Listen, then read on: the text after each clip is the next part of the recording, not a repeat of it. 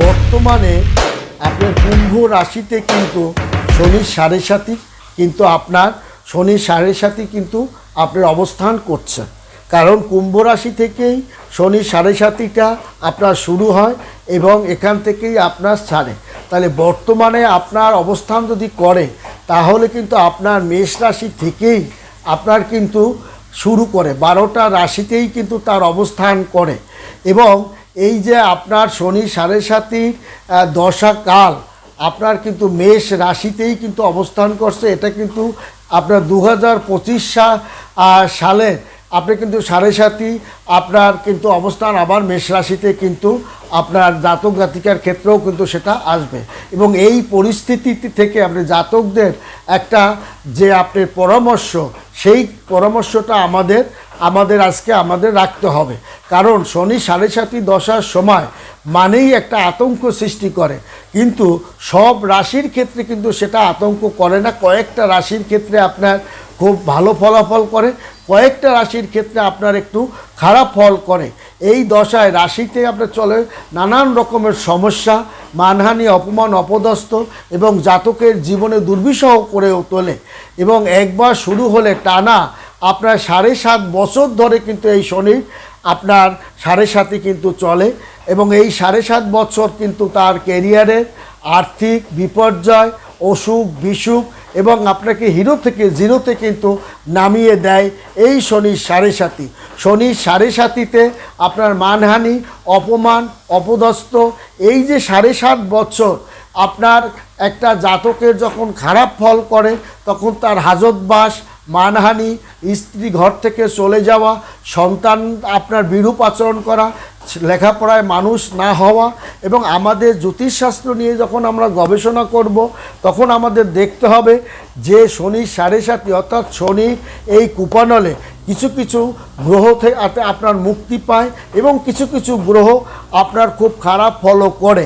আবার দেখা যায় যেমন খারাপ অনেক গ্রহ ভালো করে, অনেক গ্রহ আবার খারাপও করে, আবার অনেক গ্রহের খারাপও করে, অনেক গ্রহের ভালোও করে। এখন যেমন কয়েকটা রাশির ক্ষেত্রে মেষ রাশি, বৃষ রাশি ক্ষেত্রে আপনার কিছুটা ভালো করবে, আবার অনেক ক্ষেত্রে কিন্তু আবার সেটা আপনার খারাপও করবে।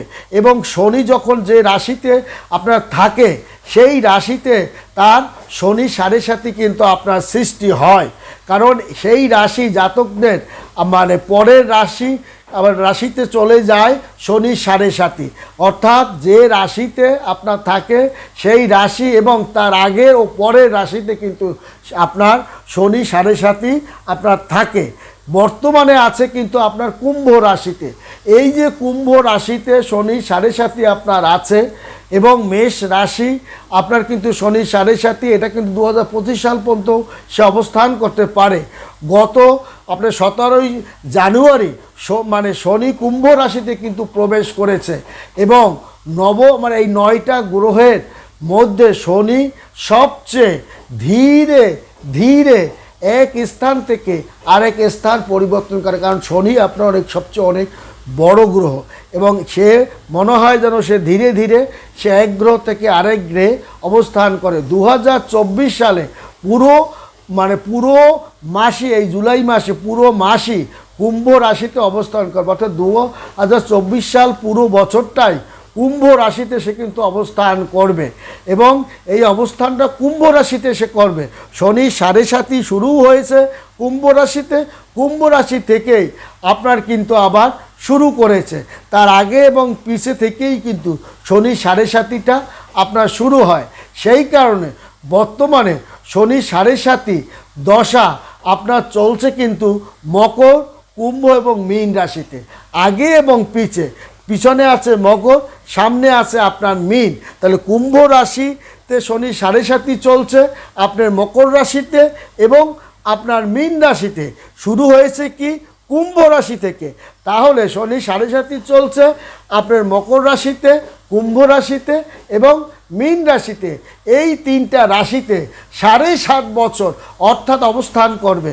তাতে আপনার দেখা যায় যে 2024 সালের সারা পুরো বছরটাই কিন্তু শনি অবস্থান করবে কুম্ভ রাশিতে। এবং এই সাড়ে সাতির প্রথম পর্যায় কুম্ভ রাশিতে দ্বিতীয় পর্যায় মকর রাশিতে শনির 7.5 শেষ পর্যন্ত অবস্থান করবে এবং এই অবস্থানের কালে শনি 2025 সালে কিন্তু আবার গোচর করবে, অর্থাৎ আগামী বছর সে নিজের স্থান পরিবর্তন করবে কিন্তু শনি মহারাজ। 2025 সালের 29শে মার্চ শনি কুম্ভ রাশি ছেড়ে মীন রাশিতে কিন্তু সে প্রবেশ করবে এবং শনি মীন রাশিতে গোচর করার সঙ্গে সঙ্গে মকর রাশিতে আপনার জাতক শনি 7.5 দশা থেকে সে মুক্তি পাবে। অর্থাৎ শনি মীন রাশিতে গোচর করার সঙ্গে সঙ্গে সে মকর রাশির জাতকরা শনি 7.5 দশা থেকে মুক্তি পাবে।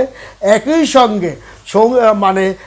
সঙ্গে আপনার কিন্তু 7.5 আওতায় চলে আসবে মেষ রাশি। তাইলে মেষ রাশির আওতায় কিন্তু আপনার চলে আসছে, মেষ রাশিতে এই অবস্থান করবে 2025 সাল পর্যন্ত। তাহলে একই সঙ্গে 7.5 আওতায় কিন্তু আপনি চলে আসবে মেষ রাশি।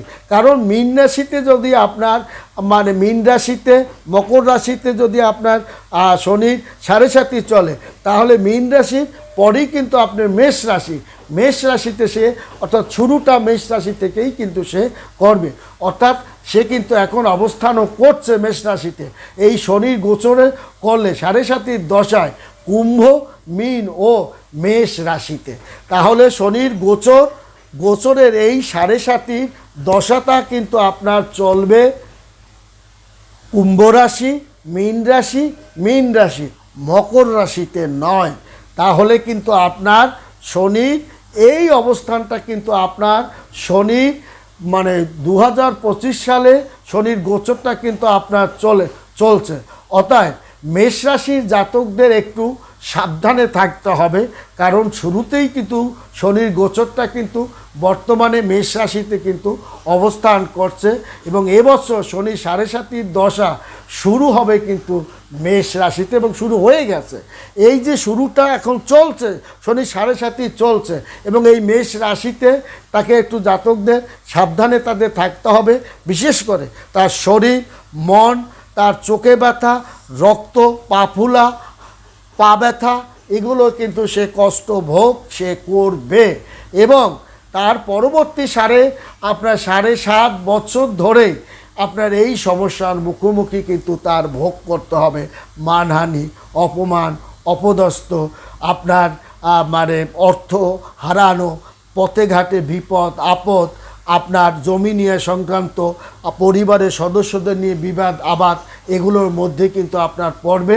সেটা কিন্তু মেষ রাশি আপনার কিন্তু পড়বে এবং নানা ধরনের অসুখ বিসুখের মধ্যে কিন্তু দুর্ঘটনার মধ্যে মেষ রাশির জাতক কিন্তু পড়বে এবং কুম্ভ রাশির জাতকও কিন্তু পড়বে, মীন রাশির জাতকও কিন্তু আপনার পড়বে। অর্থাৎ এই শনি 7.5 বিশেষ করে আপনি 7.5 বছরও কিন্তু ভোগ করতে পারে। অতএব আপনাদের উচিত একটা সঠিক পরামর্শ নিয়ে, জ্যোতিষের পরামর্শ নিয়ে বাকি সময়টা কিভাবে কি চলতে হবে তার পরামর্শটা নেওয়াটাই। অর্থাৎ আমি জ্যোতিষ পরামর্শ আমার হচ্ছে যে শনি 7.5 সব গ্রহদেরই যে ক্ষতি করবে তা নয়, কয়েকটা গ্রহের ক্ষতি করে, আবার কয়েকটা গ্রহে আপনি ভালো করে। তবে শনি 7.5 আপনার শনি 7.5 আপনি শুরু হয়েছে কুম্ভ রাশিতে যখন শুরু হয় তার আগে এবং পিছে রাশিতেই কিন্তু আপনার শনি 7.5 চলে এবং শনি 7.5 আপনার মকর রাশিতে আছে, কুম্ভ রাশিতে আছে, মীন রাশিতে আছে। সে যখন গমন করবে তখন কিন্তু মেষ রাশিতে যাবে। মেষ রাশিতে যখন সে যাবে, কুম্ভ রাশি, মীন রাশি, মেষ রাশিতে বর্তমানে কিন্তু অবস্থান করছে। সেটা কিন্তু 2025 সাল পর্যন্ত সে যদি অবস্থান করে সেটা অস্বাভাবিক কিছু নয়, সেইটার প্রকৃতির নিয়ম। অর্থাৎ এই শনি 7.5 সময় মেষ রাশি জাতকদের অবশ্যই সাবধানে থাকতে হবে। তার মান, সম্মান, যশ, খ্যাতি কর্মক্ষেত্রে এবং তার কর্মক্ষেত্রেও তাকে নতুন নতুন সমস্যার মধ্যে পড়তে হবে। নতুন চাকরি বাকরি পাওয়ার ক্ষেত্রে মনের মতো চাকরিটা তার নাও হতে পারে, পাত্রপাত্রী বিয়ে শাদী যাওয়ার ক্ষেত্রে বিলম্বিত হতে পারে, জমি জমা নিয়ে মানহানি মান অপদস্থ, বিশেষ করে আপনার শরীরের জন্য অর্থনৈতিক একটা চাপার মধ্যে আপনি কিন্তু পড়তে পারেন। আপনার চিন্তার সঙ্গে কাজের সামঞ্জস্যতা আপনি খুঁজে পাবেন না, কাজের সঙ্গে আপনার চিন্তার সামঞ্জস্যতা আপনি পাবেন না, এবং আপনার মনের মধ্যে আপনার একটা খিটখেট, অতিরিক্ত মানসিকতা, অতিরিক্ত একটা বিরক্তকর অবস্থা আপনার মধ্যে সৃষ্টি হবে এবং আপনার মধ্যে ক্রোধ ভাবটাকে জাগ্রত করবে, যার কারণে আপনি নতুন নতুন কাজকর্ম সমাধান করা, নতুন নতুন কাজকর্ম করা আপনার জন্য দূরও করে তুলবে শনির 7.5।